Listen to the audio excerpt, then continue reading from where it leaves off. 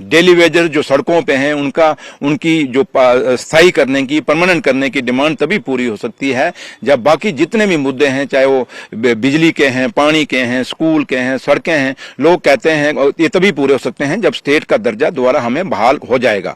और दूसरी बात, जब कई लोग कहते हैं जी आपको सरकार है, आपको सब कुछ है, लेकिन आप एक सीनियर जर्नलिस्ट हैं, आपको पता है जब दिल्ली से पैसे बांटे जाते हैं, एक कोटा होता है स्टेट का, एक कोटा होता है यूटी फंड का।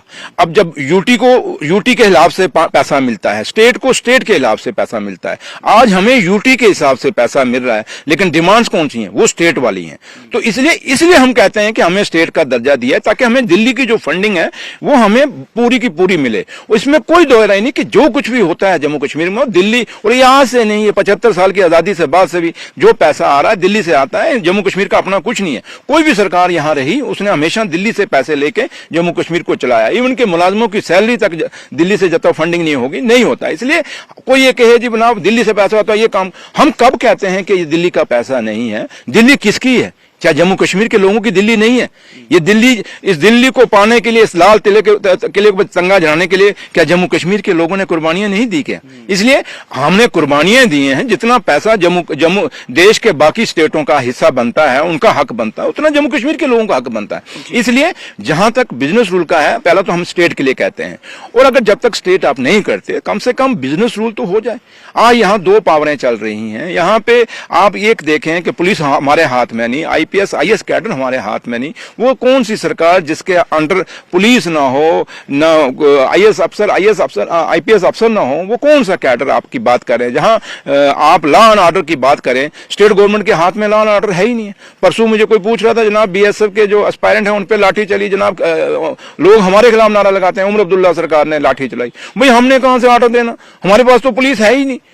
तो पुलिस, अगर हमने ऑर्डर नहीं दिया, लेकिन किसने दिया? लेकिन ये जो आज, क्योंकि इसका असर क्यों हो रहा है? इसलिए हो रहा है क्योंकि हमारे हाथ में बिजनेस रूल नहीं है, हमारे हाथ में स्टेट का दर्जा नहीं है। इसलिए ये दोनों चीजें हमारे लिए बहुत जरूरी हैं उमर अब्दुल्ला सरकार के लिए। और उमर अब्दुल्ला सरकार बेशक उसके बावजूद इस 1.5 साल में उमर अब्दुल्ला सरकार ने बहुत बड़े फैसले लिए, लेकिन इसमें हमें दिल्ली ने फिर भी कोऑपरेट किया। लेकिन इसमें आज बड़े कोऑपरेशन की जरूरत है। वो ये है कि या तो हमें स्टेट का दर्जा दे दीजिए, या नहीं तो बिजनेस रूल हमें दे दीजिए। अंतिम सवाल, चीफ मिनिस्टर सुरेंद्र चौधरी में सर मौजूद हैं। सर अब क्योंकि माता वैष्णो देवी मेडिकल इंस्टीट्यूट जो है वो इस दफा जो इस सेशन के लिए बंद हो चुका है, लेकिन नेशनल कॉन्फ्रेंस के जो विधायक हैं, चाहे वो तनवीर सादिक हों या बाकी नेता हों, वो इसकी बहाली की मांग को जो है आने वाले सभी सेशन में उठाने की बात कर रहे हैं। आप भी चाहेंगे कि ये जो यूनिवर्सिटी बंद हुई है खुलनी चाहिए?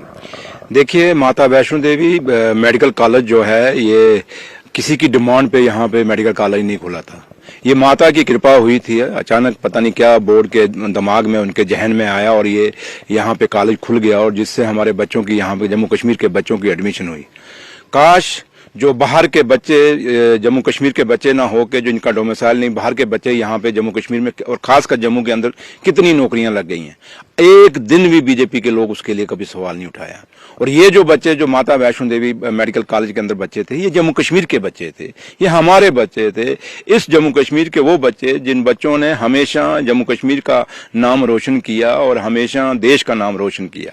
तो अगर आज ये बीजेपी ने जब ये कॉलेज बंद कराया और बड़ी सियासत से और कुछ ऐसी कमेटियां बना दी जिसमें इनके सारे वर्कर हैं, या तो कोई हो ऐसे कोई नहीं, जम्मू की सिविल सोसाइटी अगर डिमांड करती तो हमें दुख भी ना होता, जम्मू के इंटेलेक्चुअल्स करते हैं हमें दुख भी ना होता, जम्मू के कोई ऐसे लोग जो जम्मू के बेहतरी के बारे में हमेशा बात करते हैं, जो नॉन पॉलिटिकल हैं, अगर वो बात रखते और कहते कि जी जम्मू मेडिकल कॉलेज में जो सिलेक्शन हुई है, ये प्रोसेस हुआ है, सॉरी माता वैष्णो देवी मेडिकल कॉलेज में जो सिलेक्शन हुई है डॉक्टर्स की, ये गलत है, तो हम फिर मान भी सकते थे।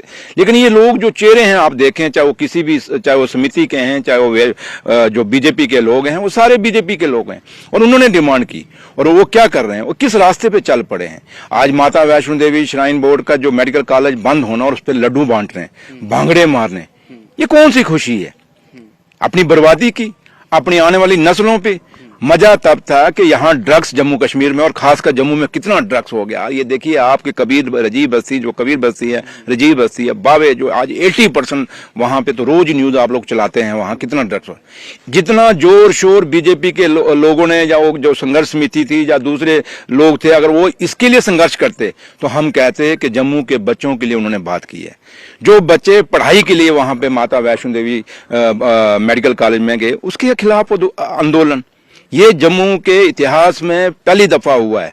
और हमारे बुजुर्ग जिन्होंने हमेशा जम्मू के लिए बात उठाई और जम्मू में जो चीज बनी, चाहे महाराजा गुलाब सिंह से लेके महाराजा हरि सिंह से लेके और हमारे जितने भी लोग हैं, कितने चाहे वो हम चैम्बर्स के हमारे बुजुर्गों के नाम लें, चाहे हमारे पॉलिटिकल लोगों के नाम लें, चाहे हमारे इंटेलेक्चुअल्स जो जम्मू सूबे के उनके नाम लें, जिसका भी हम नाम लें, जो आज बेशक वो दुनिया छोड़ के चले गए, हमेशा जम्मू की मजबूती के लिए और जम्मू कश्मीर की मजबूती के लिए उन्होंने हमेशा लड़ाई लड़ी। जम्मू का काज वो रखते थे।